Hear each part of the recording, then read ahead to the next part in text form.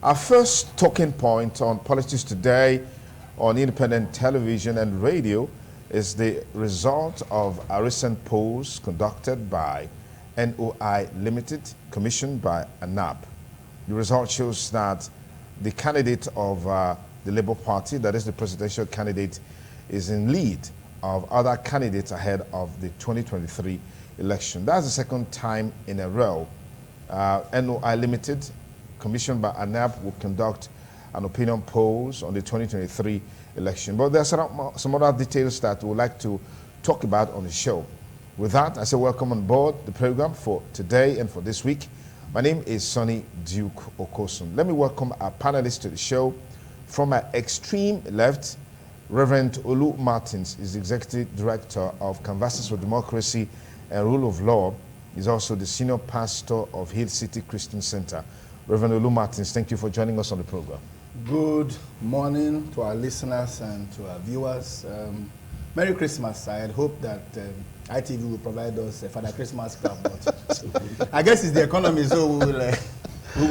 Now, when we are done, we'll find our way to Glasshouse, where our Father Christmas is stationed in his grotto, additional gifts and all of that. I thought that was Are we going to be giving free admission? No. I thought that was aged. It's not aged. I mean, Father Christmas gives gifts to everybody and anybody. So my leader can go and say Father Christmas. Absolutely, absolutely. For a fee. We also have here Barrister Greg Iyayi, is a lawyer, obviously, and also a public affairs commentator. Barrister Greg, thank you for joining us. Good morning, viewers, and Merry Christmas. Barrister Abraham of Yahweh is a human rights lawyer, public affairs commentator. Thank you for joining us on the program. Thank you very much, and compliments of the season to listeners and viewers at home.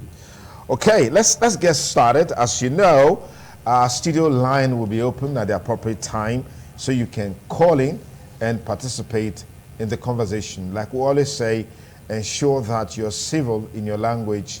You do not cast aspersion on anyone, whether those in the studio or outside the studio. Of course, we won't even give you the opportunity to do that. We encourage very civil conversation, meaningful conversation that is based on the issue. So the issue for today is the recent result of the polls conducted on the 2023 election that seems to have given an edge to the presidential candidate of the Labour Party. But let's begin by asking our panelists, Reverend Olu Martins, how relevant are polls to elections in Nigeria? For some, it's just an exercise in futility. Does it resonate with you? Does it have any bearing at all on elections in Nigeria, generally speaking? Thank you very much. I think how relevant a poll is to the extent that it is the person that the poll favors. If the poll does not favor you, you are likely to discredit it. If the poll favors you, you are likely to run with it. But that's Nigeria for you. Nigeria as a nation, especially the government, is quick to quickly highlight the areas that polls and international organizations have rated them well. The day you hear Fitch rating, Nigeria has GDP has increased by 2.6%.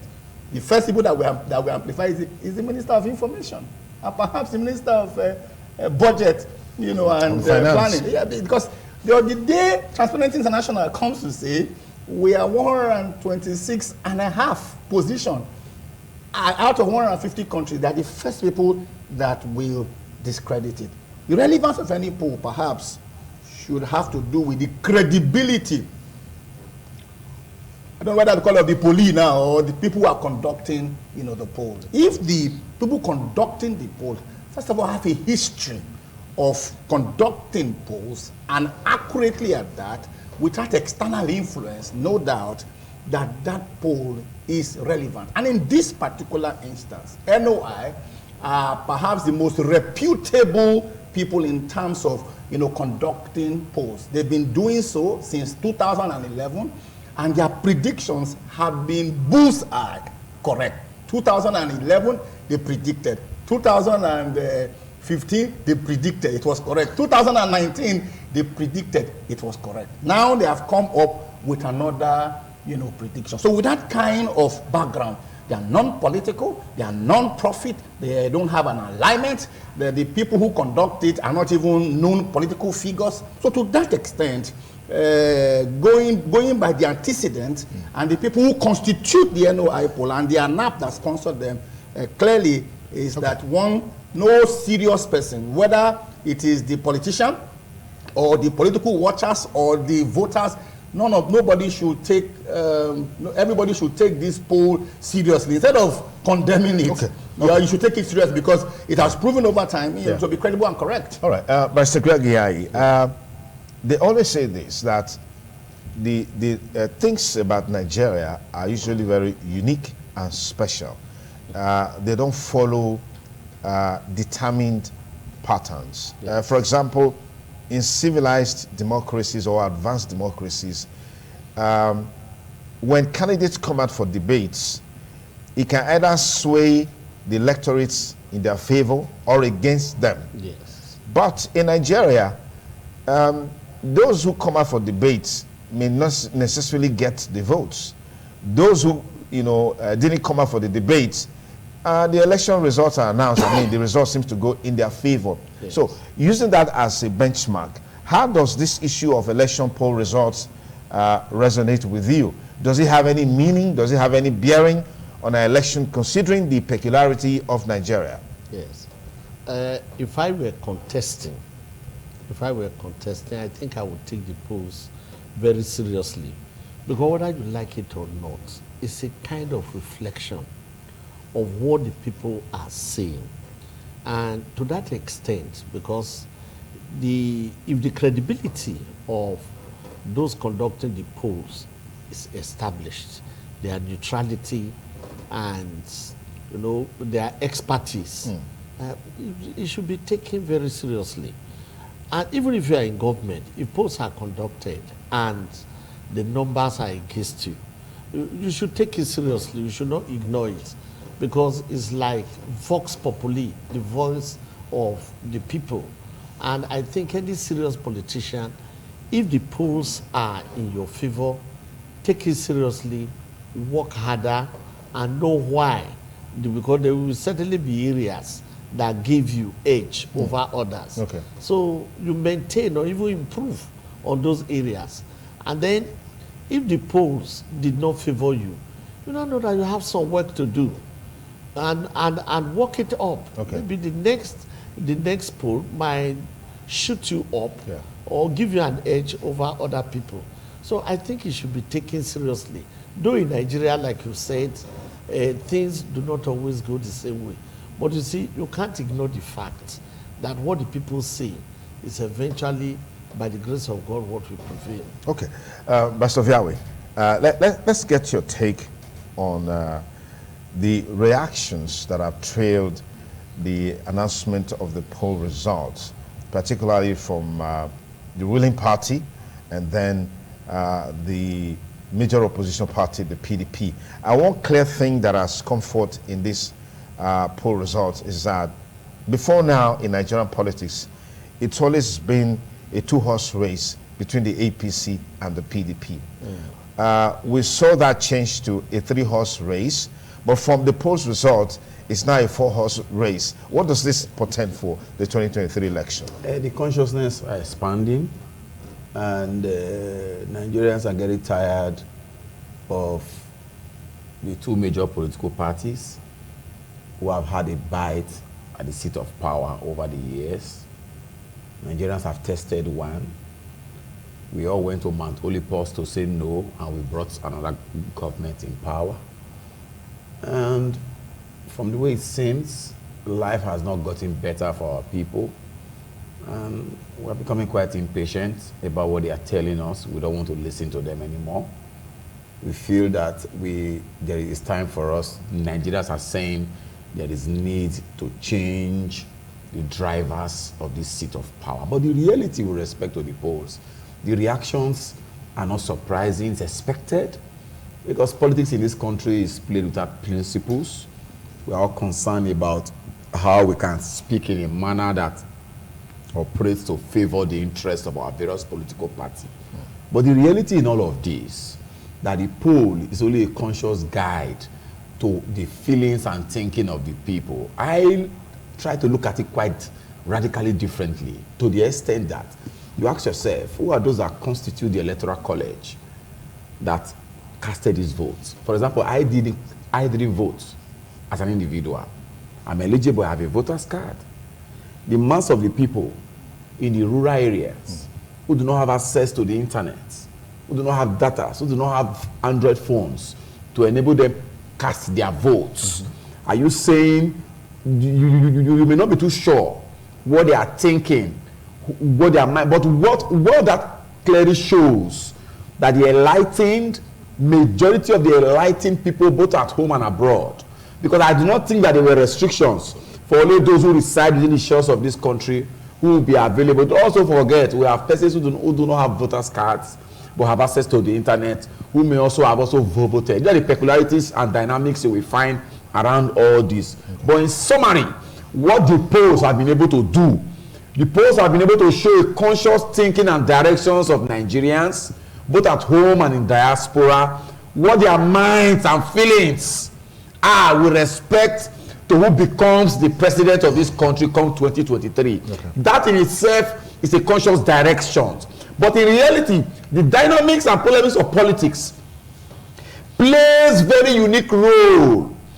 If this class of persons have the capacity, the structure, the wherewithal to mobilize, and consciously, that's a consciousness which they have, they are able to trickle it down to the rural areas, who you will agree with me that the mass of which may not have been part of this poll. It means it will be uru for whoever has emerged. What may have happened in the past is that the direction of the poll, those individuals see it as a stepping stone to move into the hinterland, to not do their own analysis, post-poll analysis of those who did the post-online poll analysis now, for those who may not have been captured either by reason of their inability to have access to the facility to make that poll, go and galvanize them. Use this as a benchmark to move them to the extent. This is the mind and thinking of Nigerians, both at home and in diaspora. What is sure that Nigerians are already reasoning in a direction of wanting to change the narration of economic depression, want to change the narration of our standard of living, want to change the direction of our economic policies, want to change the direction of our political thinking. They want a better life for us. It is difficult to get 1 square meal. It used to be 2. It's not very difficult. Okay. If you get 1 square meal, it means God has done it for you that day. Let me get Romelu Martins in. Looking at the analysis of the polls results, Ateto Peter's side, who is the, I believe, the president of the ANAP Foundation, came out to say that a major driver of this election is the issue of poverty. And in recent time, we saw this war of words between the federal government and state governors over how resources are being used, and these resources doesn't seem to be reflected in the lives of the people, until the governor of Rivers State, for example, came out to say, look, within this period, we've gotten this amount of money, and this is what we did with it. Ask my other colleagues in other states what they've done with theirs. We didn't hear anything coming from the state government. So let me get to take along those lines. Yes, thank you very much. Maybe I should just put perspective, especially with regards to the poll. The poll was not an online poll. It was a phone-in poll. And they got most of their numbers from the voters register of the INEC. Okay. And this is not the first time they are doing it like this. 2 successive ones, except for the ones in 2011 where they went out to the field. Yeah. But in 2015, 2019, what they used was the same pattern of taking people from the rural areas, taking people from the urban areas, and then doing random calls. So if you sample calls, for instance, from 500,000 people across the 6 geopolitical zones, because this poll also talked about how they fared in their geopolitical zones versus their major, rivals. I listened to it, in detail. So just to say that everybody had access, because there's nowhere that phone cannot get. You may not have internet, but surely somebody can call you on the phone to say, if the election were to hold today, it was a simple question. Okay. Who, would you vote for? Yeah. Yeah, talking about that, clearly, is that you asked, my, global leader, Abraham Oviawe, a fundamental question. Is the participation of young people, and indeed the greater proportion of Nigerian people, we are united in hunger. Fortunately, there's no market in Nigeria today where PDP goes to buy meat, where APC goes to buy meat. The forces of demand and supply, when you talk about equilibrium price, affect both PDP and APC. We are united in frustration.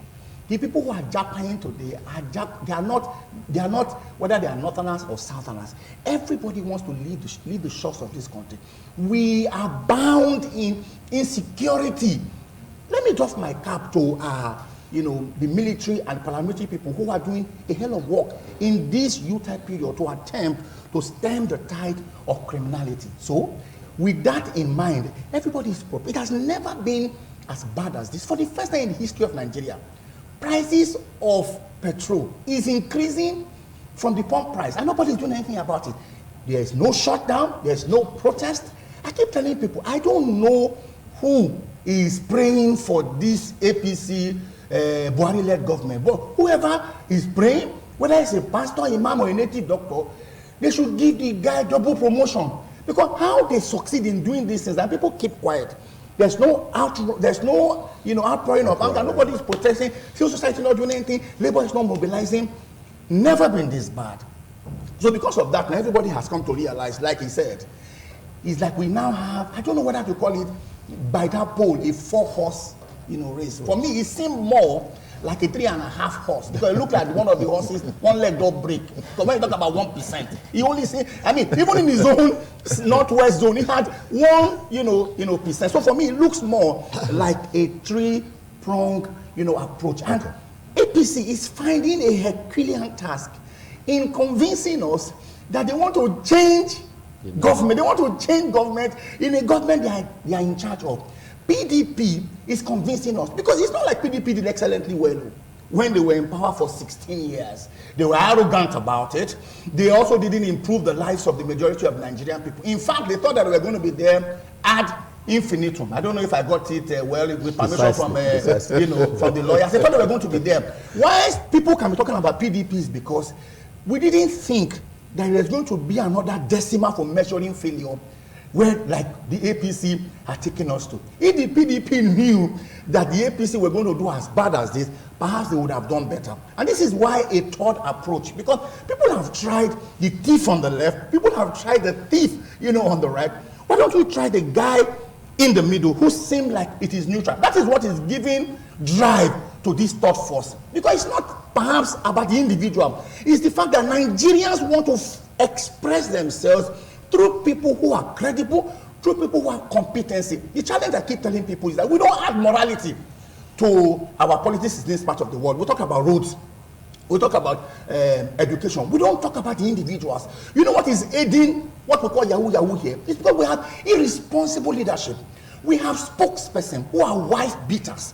We have leaders who molest children. We have senators who slap people in public. So all of those moral issues, we don't bring them to bear. We have people who want to buy a house in Germany, and because they want to buy a house in Germany, they sit down and tie a 10-kilometer road. The road is 3 billion, but what they have gotten from tying that 10-kilometer road is not because of the people. They have been able to save 1 billion out of it. And that's why Fela said it is 1980 Egypt bound that these are vagabonds in power who have a criminal gang who have put Nigeria in their pocket. As far as they are concerned, Nigeria belongs to them and it does not belong to the rest of the people. So we are telling ourselves, the Igbo man says that your stomach does not know whether you have sold or not. By 12 o'clock, it will open its mouth. We are united in hunger, we are united in anger, we are united in frustration, and then we have, and I'll tell you that the greater problem we have is not even at the national, it's not the president, it is these, governors, because you see, all eyes are on the national. All the, if you talk about Transparency International and the national, but at the state level, how much monitoring, do we have? I drove around those states, and I'm not being critical, especially in the GRA. I'm not sure there's another GRA that is as dirty and as unkept as, Edo State here. And it's not just Edo State. Everybody is talking about that kind of seemingly lethargic governance. And it's not just in Edo State. It is in Delta State. It is in Akwa Ibom. It is in Rivers State. Because we have people whose primary responsibility is to get all they can all they get, sit on the can, lock the padlock, and throw the keys in the bush. Okay, Reverend Martin, thank you very much. If you just join us, it's still Politics Today on independent television and radio. In a moment, our studio line will be open, so you can also call and be part of the discussion. Now, back to our conversation along the lines of the outcome of the ANAP polls results. Yeah. How do you marry that polls result with some of the pictures we are seeing on social media at campaign grounds where stadiums are empty? You have quite a very few number of people. I don't know if you can have any synergy between these two extremes or two pictures that I just painted by Mr. Greg Yai. Well, all supporters do not go to the stadium, and everyone in the stadium is not a supporter. You have the business of Rent a Crowd Limited. And yeah, well, we cannot deny that in Nigeria. I mean, if I have a group of 50 people under me, I mean, there are contractors that rent crowds. I mean, it's well known. And that's why you see after many of the campaigns, there's always quarrel, there's fighting, because some of the contractors do not want to pay the people that came for this job as agreed. So that is it. So I wouldn't really say that what you see in the stadium might be a true reflection of the support that the candidates may have. Then also, if you look at the polls, I think the polls are more realistic and they are more reflective of what the people actually want, what they need, and what they actually want to get. Then again, there are two types of crowds. You have the commercial crowd, the Rent a Crowd Limited, and then you have the organic crowds that come spontaneously out of passion, out of what they believe in, and out of what they want to identify with. So one must be very careful in distinguishing between those two crowds. The organic crowd is nearer what the polls are actually showing us. Whatever it is, I know that the election day, there's going to be a fight. And when the fight is over, many issues would have been settled. Okay. All right, let's just take something that is ancillary to our conversation today on the program. Best of Yahweh. In Nigeria, election is money. Money is election. Politics is money. Money is politics. We've seen some policy initiatives coming from CBN, and there's been a lot of reactions and counter-reactions trailing these policies. People are saying that these policies coming from CBN, they are targeting politicians, particularly those who have the money to spend in the election. What do you make of this? Because CBN is also saying that, look, the reason why we are doing this, we want to stabilize the economy, we want to reduce the amount of money in circulation, we want to make the Naira stronger against foreign currencies. Let's get your take on this. Emiefele have got his hand into politics so much that it is difficult to see him as neutral in his economic policy. Yes. He was one of the aspirants for the APC presidential primaries, those who bought forms for 100 million naira. And I had wondered at that time, what was he thinking for him to be interested in such politics? So it's difficult to feel. But in reality, the restrictions ordinarily, because one of the major challenge the third force will have is money politics. More so that the hunger have never been this bad. I think one of the basic drive of the winner of this poll is that you must say no to money politics. Of course. Tell yourself, if I take the money now, I suffer for another 4 years. My brother, the people are hungry. It's difficult for a man to see. When I mean a man, I'm talking about the electorate. Yes, the electorate, and the average electorate. Okay. Who they see, who will come, a man, 5 children, and a wife. That's already 8 votes from one family coming to vote. And they didn't eat at night before they went to bed. It's election money. How do you convince them? More so that the economy is very bad. It means we have a whole lot of work to do, because the challenge is that this is where we find ourselves every 4 years. The politicians, they stockpile money, wait for that election eve to disburse money, and they apparently get their votes to themselves. One thing this economic policy would have done is that first, it has helped to regulate the amount of money you have in control. You must have such amount that will enable you disburse across the country. You would have spent a lifetime withdrawing to save. And that in itself, I expect the security agencies to be up and doing. That's what I'm saying. If their intentions are genuine, one thing, it would have helped to bring to the barest minimum money politics. And if you try to transfer to individuals, they can easily get the root. Only we know that our laws are made for the poor in this country, not again for the rich. Okay. I expect on one hand, and two, if the economic policy is to help regulate the fall of the naira, the gallant fall, consistent gallant fall of the naira against the dollar, to help, because the purchasing price, I sympathize with our brothers and sisters in the civil and public service. Their salaries is static. There have not been serious increase. The purchasing price now is heavy. A man who earns only 60,000 naira, how will he survive? How will he pay his children's school fees? And the inflation is crazy. And as we speak now, their salary is static. What do you expect this individual to do? I get worried. How do they survive? These are critical issues. If the economic policy is to help salvage this country from that devastating position, it's a very beautiful one. But Emiefele has sunk himself in the current politics of the day for anybody to trust their move. Politicians don't do things for the fun of it during the eve of elections. It's directed towards bringing down their opponents or towards elevating the fortune of those who they, because again, tell yourself the very bitter truth. Assuming they pose this economic policy, and those in power drive a bullion van of $4 million to the presidential villa, and they call Emiefele, ask him to go and bring the cash equivalent to the presidential villa. Will he not bring it? In this country, will he not bring it? So the economic policy may just be on the face of it.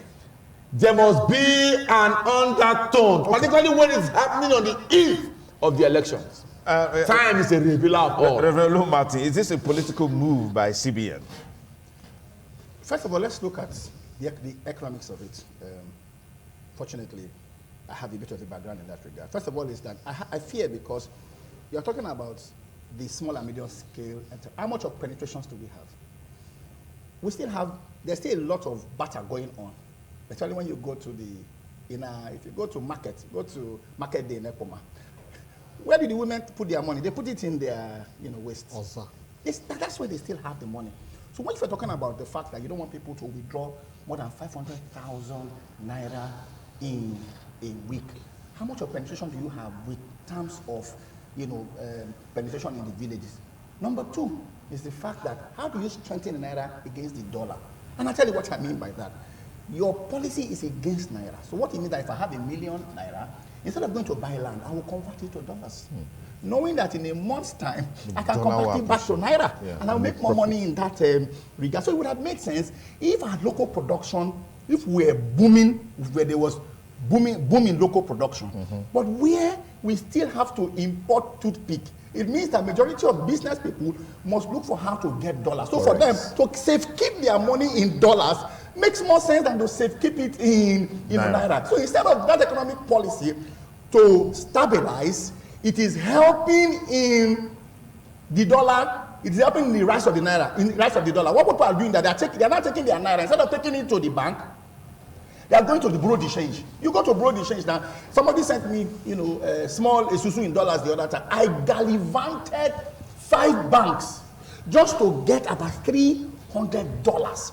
And many of them did not even have $100 bills. They had 20 dollar bills. And when I was asking, I said, why? He said, because the demand for dollars, vis-a-vis those who are keeping money for stock keeping for value, there's also the value stock of it. For value, and there's yeah. people who want to, jackpot. So I'm trying to look at how auspicious this thing is. Ordinarily, you would have been talking about a paper trail, a cashless society, where I can actually transfer 10 million naira to you. But in a nation where 2% of Nigeria's population control 90% of our income, I don't know about those of us who are here, but how many people today can be sure that they have savings of 500,000?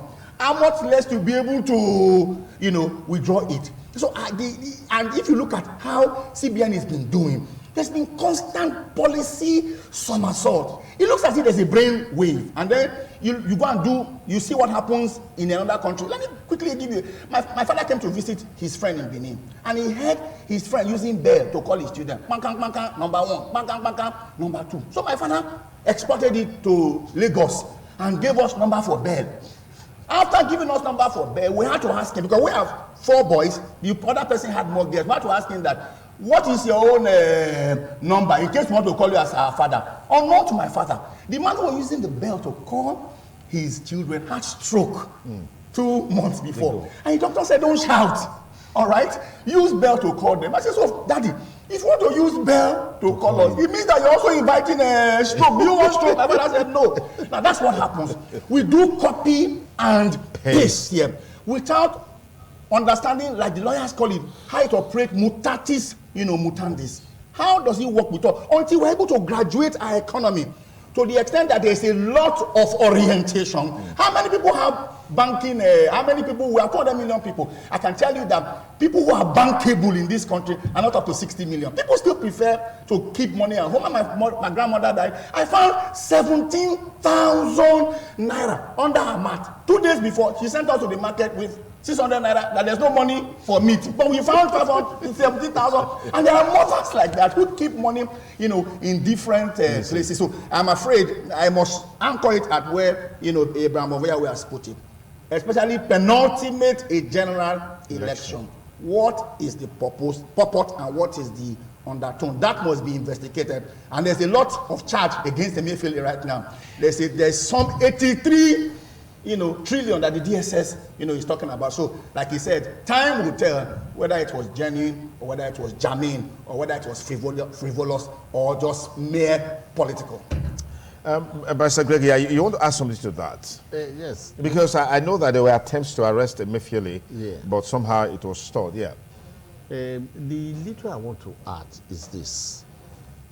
If you are really talking of developing our economy, or you are doing something in the interest of the nation, this time of the year is the period of the greatest volume of business.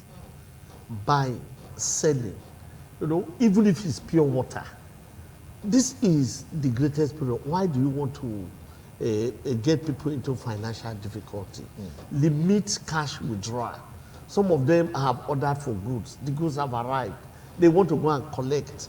And, I look at it because the volume of business this period of the year, you can equate it to that of many, many months. And this is the period of the year that the small businesses and individuals actually get this. If you go to the ATMs now, some of them are even blocked. They are blocked. And then if you go to POS, they will tell you that there's no network. So it's very discouraging. And I feel that it is ill-timed. It's ill-timed. Well, the issue of whether it's political or not, the politicians always have a way to beat everything. So I don't think that this trap is going to catch them. All right. We also had to deal with the issue of Naira Redesign that is, has been immersed in a whole lot of controversies, so to speak. But you want to comment on that? Yes, arguments are are rift in the public domain that there's a huge stockpiling of the Naira, and one of such policies to see how those money can come back into circulation and restrict the outflow of such funds. Okay. That in itself inform this monetary policy of restrictions as to how much you can withdraw per week for individuals and for corporates. And we saw on the social media people carrying Naira on a trailer. Some of them, you're still seeing wrappers of Oceanic Bank that have since, by the merger, I think it was Soludo that was the CBN governor at that time. At that time, you see wrappers bearing Oceanic Bank. That's to tell you how much people have stockpiled funds. Just to, and you know, when you seize the flow of cash, it means you are controlling a huge form of the economy by holding the funds back. The point I'm trying to make is that first, are they saying they're not aware of these persons who have done this? Why don't you go after them? That's why we have been crying over the years, that rather than build strong men, let's build strong institutions. Because if we have strong and running institutions, the men can beat their chest to say they are strong, because the institutions will humble them. Absolutely. So the point that I am trying to make is that I can tell you these guys, they know those who were stockpiling funds, that they were scared of approaching them, or because of what they feel, the power they feel they weird. That's to tell you, and when it happens in that magnitude, it means apparently our institutions are not strong. I saw the bickering between Emiefele and the DSS. They claim to have very vital information against him, but they are foot dragging. When they have a mandate by law, when they have a mandate by the dictates of their office, because beyond just doing their job as security agencies, they are enjoined on the basis of public policy to do that which in itself will not rubbish the economy of this country. Yeah. If you have a man in power who is not the president, acting in a manner whose actions have a way of undermining the economy of this country, by way of public policy, you can pick him up if he's done genuinely. But because we don't have strong institutions that run on its own, government goes and comes, these institutions, they run on their own. How they take over power in terms of is there. It's not being political. Yeah. You won't apparently find that. Okay. In itself, I don't really see the design of the redesign of the Naira as a waste of funds, except for the fact that what have not been revealed is that we have so much persons who have stockpiled funds. I have thought that if these persons, because this money came from the bank, they had the records of this individual, they know them.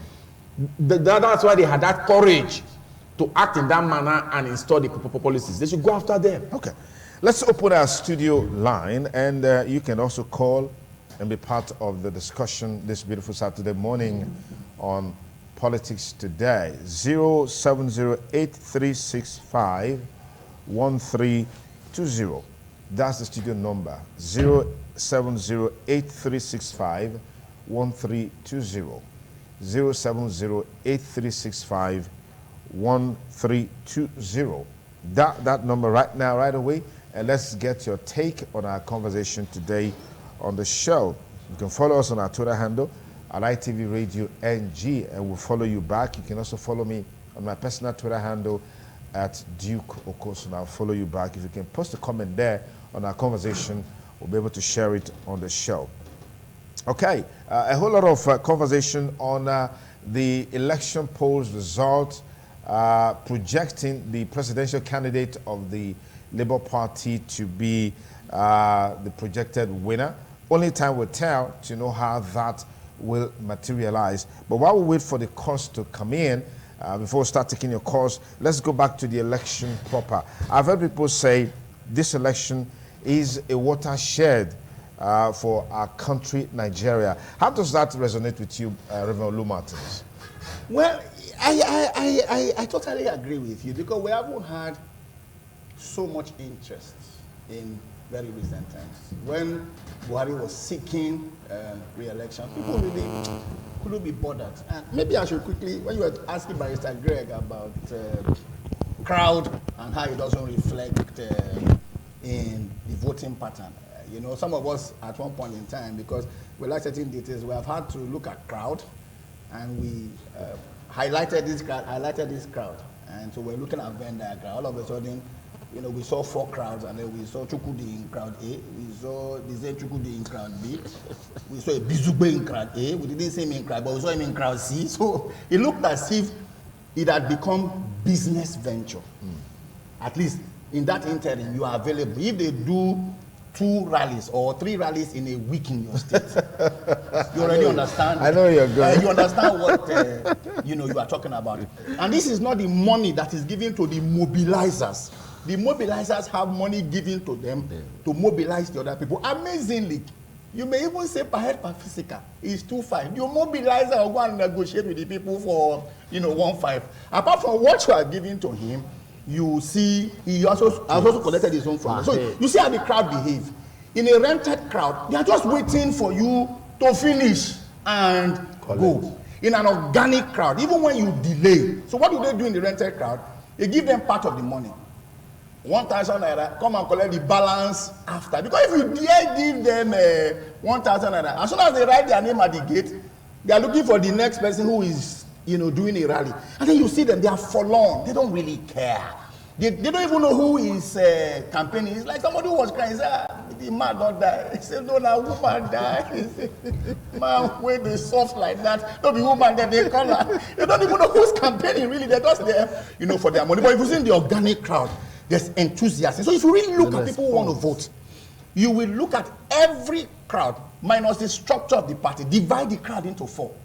It's only 1/4 of those people who are convinced why they are there. I saw a video of people who, after leaving the crowd, they were using knife to remove the picture of the person on the chalk. Speaking Yoruba, young color, this one, this one will come and rule Nigeria. And they were very enthusiastic. They branded the whole of their crowd. They went to one corner and removed everything. So in this particular election, we have never had 3 people. We have never had the son of a nobody, quote and unquote, wanting to become somebody. If you look at the history of those who have always wanted to collect election, they are the big men. They are the powerful people. We have never had a simple man who intends to do something powerfully. Okay. We have had somebody who has always wanted to be in government. We have had somebody else who has held a state. Hello. But we've never had somebody who looks like... let me take this call. Good morning, caller. Hello, caller. Good morning. What's your name? Thank you. Good morning, my brother. This is USA on the line. USA. All right, USA. Go ahead. Where are you calling us from? You calling us from the USA? I'm calling from St. George's. All right, go ahead, please. First, let me appreciate what you guys have said. Thank you.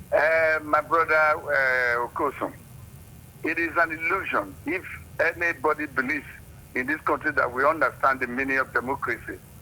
If we do, why are we talking about elementary issues?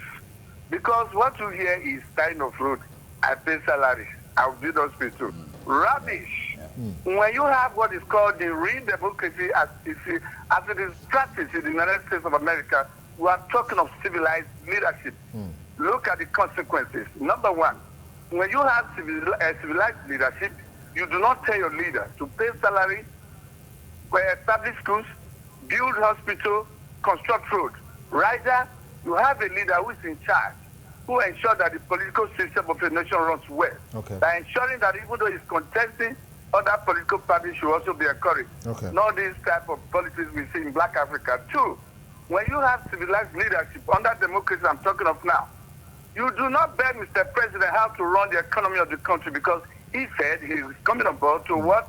To run the economy. Things outside the economy of the nation goes. Yeah. When you have civilized leadership, you do not use the issue of religion and ethnicity to divide the nation. Rather, you use it to unify a nation. Okay. Then you heard the other day one of the presidential candidates saying that they should vote for him. They should not mind other types. Can you imagine that? When you have civilized leadership, you are talking of a leader who is capable of creating good relationships between your country and other countries of the world. When you have civilized leadership under democracy, you are talking of a leader who will look at what can we do differently to give us an identity Okay, USA, I've got to stop you there because we've got so many other people on the line, so they can also be part of the discussion. Thank you for the views. Hello, caller, good morning. What's your name? Please turn down the audio level on your television or radio. Please turn it down, we can barely hear you. Yes, go ahead. What's your name and where are you calling from? Yes, go ahead, please. What's your name and where are you calling from? Okay, we'll get you on board as soon as you're able to sort yourself out. We'll have other callers waiting. Good morning, caller. What's your name? Yeah, thank you, my bishop. The studio is full with grace of God. Thank you. Bishop Sonny and Reverend Lou Martins, with other learned man, I greet you. This is Pastor Isaac, Pastor of the whole world.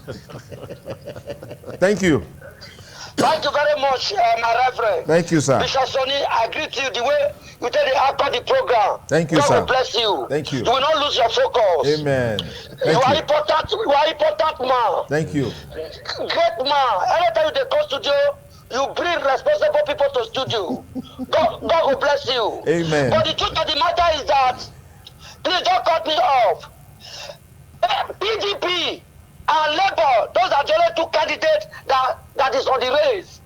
APC is not on the race. We cannot be able to buy a liter of diesel 1,000 or 800. We not go fit. Look, come outside and see how poor people are crying. No food. People are crying. They are begging from one church to another. No food to eat. That kind of party is still on the race in Nigeria. It's not done. It's not done. Okay, Pastor of the whole world, I think you're getting a little bit emotional, but let's not, because I mean that's the reason why election comes up. Anybody has a right to vie for any position, but you look at the person's credential, you look at the person's antecedents, and make your choice. And the only way. Hello. A father that cannot provide for children, is it a father? Since NPC come on board, you know people don't die. Okay, Pastor of the whole world. That's why you need. That's why you are a bishop of the whole world. You need to pray for the country more. You need to pray. All right. Thank you very much. Thank you. Let's get more calls from here. Caller, tell us your name and where you're calling from. I don't want your job, sir. I don't want your job. You can keep your job. Good morning. What's your name? Yes. Monday. Yeah. Osanogogo. Please go ahead. Yeah. The issue we are discussing, well, to me, I see that any type as a wake-up call to other political parties. Okay. But to me, I do not really believe in that we affect the election. Or I don't really believe that the person who had the highest edition will really get the victory at the end. Okay. No. Okay. Because most people did not even participate in that pool. Especially those in the rural areas, especially in the north. If you see the pool, you find that many people especially in the northwest, where we have the majority of the voters. Many of them are undecided. And some refuse to talk, and you find that one political party is also leading that area. Okay. And the election is being won by the one you have the highest number of votes. So we should not use this one as a yardstick to decide that the outcome of the election. And I think it will work because 2015 doesn't help us. We believe this anyone predicted that Jonathan will win that election, but it didn't work that way. May God have mercy, All right. Thank you very much. Our studio line is still open. Dial the number right now, right away. Let's get your take on the program Politics Today on independent television and radio. Please try and as much as possible to remove the emotions. Good morning. Yes, good morning, caller. What's your name? This Pastor Hide. Okay, please go ahead. I've been following your program. I really appreciate what you guys are doing over there. Thank you, sir. Actually, I want to drop a hint. I used to say that we are men of God. We bring something down from God for us to use in our country. Something recently is free African policy. Free African policy. This policy we are running in Nigeria today is some something already. But God is saying that we should go back to the basics. We need to change the narrative. Because what we are seeing today, the policy they are bringing over and over again, no. So God is telling us we should go back to the basics, free African policy. Okay, thank you very much. Our time is up. It happens every now and then. We're having a great time. I mean, time runs faster. So, gentlemen, by stuff that way, final word on the 2023 election in terms of youth participation, which is a major fallout from the poll result, irrespective of how we feel about it. There is no doubt that the people are conscious. Participation will quite be high. My word is to INEC. They must allow free, fair, and credible election. Okay. Let the outcome be a reflection of the will of the people. All right, Mr. Greg Yayi. 1993 was a watershed in the election and politics of this country. But it never materialized. It never materialized. But you see, things can always be different. What happened in 1993 might not necessarily happen. So 2023, I believe there's going to be a groundbreaking watershed. All right. And this time around, I think it will stay. All right, Reverend Lou Martins. The price for freedom is eternal vigilance. And for INEC or anybody to be able to do whatever they want to do is because the people have become lethargic. Patrick Henry is the one that said that the actions and inactions of government can be treated in secrecy as long as the people are not aware. So let's keep the consciousness high. I've seen videos of people who need to go and collect their PVCs. Collect your PVC. Keep it, because indeed, when the people are afraid of government, then there is tyranny. But when the government is afraid of the people, then there is freedom. Government should be afraid of us, because this our term and our PVC is what we are going to use to retire some people who have perpetuated themselves in office and usher in a new vista of hope for a great Nigeria. Okay, as they say, evil will consistently, continually prevail when good men sit down and do nothing, irrespective of how you feel, irrespective of the challenges you're going through, the hardship and the pains in the country. If you sit down and do nothing by ensuring you get your PVC, and then you come out on election day to cast your vote, nothing will change. I mean, absolutely nothing will change. But the change will come when you and I mobilize, we go to the polls, and we vote our hearts and our minds, vote our conscience to ensure that we put this country on the road to peace, progress, and development. Only Nigerians can change Nigeria. Until you sit down and do nothing, nothing will change. That's my parting shot on the program today, Politics Today. Do have a great weekend, and Merry Christmas in advance. Bye for now.